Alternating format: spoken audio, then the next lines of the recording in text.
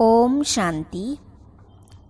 दादी निर्मल शांता जी के अलौकिक अनुभव 3 in 1 इस पुस्तक में आज हम पढ़ेंगे सेवा भी एक मनोरंजन।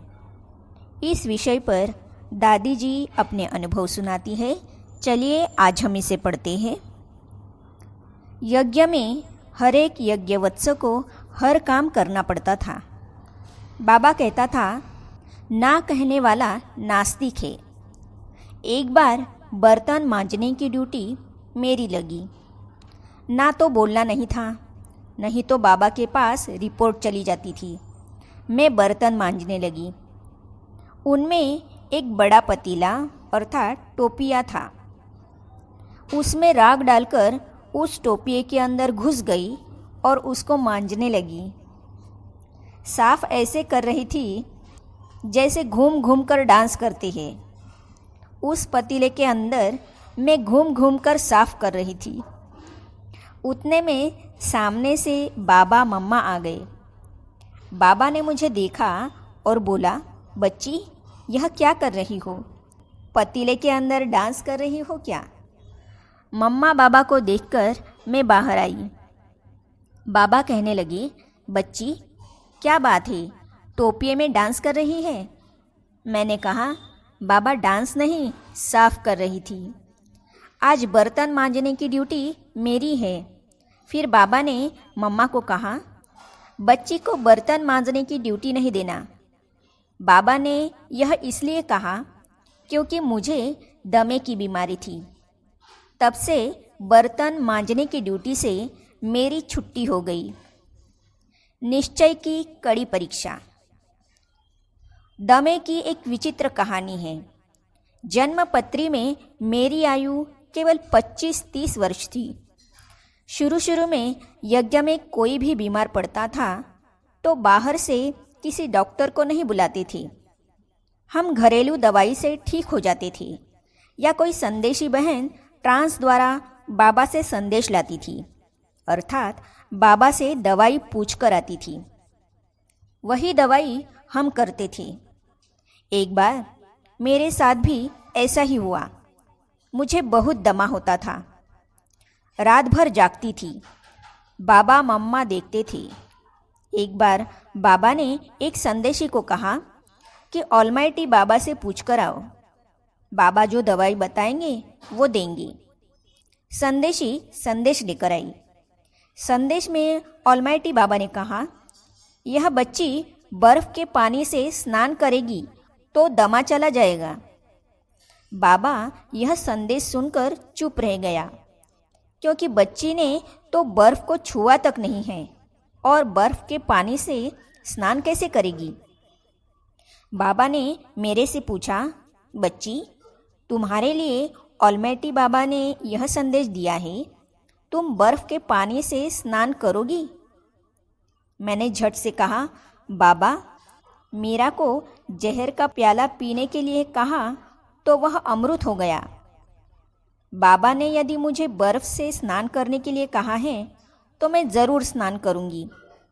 बाबा की आज्ञा का पालन करने हेतु मैं तैयार होकर बाथरूम में बैठ गई। बाबा पर तो मेरा अटूट निश्चय और विश्वास था ही। बाथरूम से बर्फ लाकर बाल्टी में डाली गई। बाबा ने संदेशी को फिर ऑलमाइटी बाबा के पास भेजा कि वह संदेश ठीक लाई है या नहीं। ऑलमाइटी बाबा ने कहा, संदेश यही है और बच्ची के दमे की दवा भी यही है। बाबा को लगा कि बच्ची अब बचेगी नहीं, मर जाएगी। बाबा भी क्या करता, ऑलमाइटी बाबा का संदेश था। संदेशी बर्फ के पानी की बाल्टी मेरे ऊपर डालने के लिए तैयार हो गई। बाबा वहाँ से उठकर ऑफिस में जाकर बैठ गया। संदेशी ने बाल्टी उठाई और डालने ही वाली थी कि वह ट्रांस में चली गई। ऑलमाइटी बाबा ने उसके हाथ थाम लिए। ऑलमाइटी बाबा ने संदेशी को कहा कि बाबा को बच्ची के निश्चय की परीक्षा लेनी थी। ले ली। बच्ची पास हो गई। उसके बाद संदेशी मुझे बाबा के पास ले गई। बाबा ने कहा कि ऑलमाइटी ने कहा है कि बच्ची को रोज़ एक सेब खाना है, उसका दमा देवता चला जाएगा। फिर संदेशी ने इसका रहस्य बताया।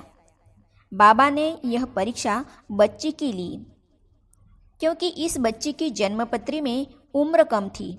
बाबा ने बताया कि मंदिर में एक बूढ़ी माता बहुत दुखी होकर तड़प रही है और पुकार रही है कि भगवान मुझे बुला लो, मैं बहुत दुखी हूँ। बाबा ने उस बूढ़ी माता की आयु बच्ची को दे दी और उसे बूढ़े शरीर से मुक्ति दिला दी। उसके सिर पर जो सफ़ेद बाल थे वह निशानी बच्ची को मिल गई। तभी 30 साल की उस उम्र में ही मेरे बाल सफ़ेद हो गए और उस बूढ़ी माता की उम्र मुझे मिल गई। अभी मेरी लौकिक उम्र 87 वर्ष है। बाबा ने मुझे अभी तक अपनी लौकिक और अलौकिक गद्दी पर सेवा में बिठा रखा है।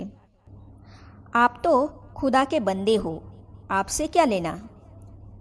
कराची में हर काम हम बहनें ही करती थी। गाड़ी चलाना, खरीदारी करना, किसी गणमान्य व्यक्ति से मिलना आदि। बाबा कहते थे कि बच्ची, तुम शक्तियाँ हो, तुम्हें किसी से डरना नहीं है। तुम किसी से बात करने से पहले अपने शक्ति स्वरूप में स्थित होकर उसको दृष्टि दो, बाद में बात करो, क्योंकि दृष्टि से सृष्टि बनती है। तुम्हारी शक्ति से, वाइब्रेशन से सारा काम ठीक हो जाएगा। किसी के पास जाते थे तो हम पहले उसको ज्ञान सुनाती थी कि हम खुदा के बंदे हैं, खुदा दोस्त है, देश की सेवा कर रहे हैं। फिर उनसे दाम पूछते थे। हम उनको कहते थे कि इतने दाम पर दे दो। हम संबंध से और अधिकार से कहते थे। वे लोग कहते थे ठीक है, आप जितना दाम चाहे दे दो। इस प्रकार वो खुशी खुशी से दे देते थे और जितना पैसा हम देते थे उतना पैसा खुशी खुशी से ले लेते थे। कई बार हमारी गाड़ी रिपेयरिंग के पैसे भी मैकेनिक नहीं लेता था। वह कहता था कि आप तो खुदा के बंदे हो, आपसे क्या लेना, दोबारा जब आओगे तब ले लेंगी। कई बार सिंध में कर्फ्यू लग जाता था, बाहर आना जाना बंद हो जाता था, लेकिन हमें पता नहीं रहता था, हम घूमने चले जाते थे। तब पुलिस वाले कहते थे कर्फ्यू है, मत जाओ। हम कहते थे हम तो खुदा दोस्त थे, हमारा कौन क्या करेगा। हम तो खुदा को याद करने वाले हैं, किसी को नुकसान पहुंचाने वाले तो हैं नहीं। तब पुलिस वाले हमारे साथ रहते थे और हमें बंगले तक छोड़कर जाते थे। इस प्रकार जैसे कि हम ही उस इलाके के मालिक थे। सब हमें बहुत प्यार और इज्जत की नज़र से देखते थे। मैं कार भी चलाती थी, बस भी चलाती थी।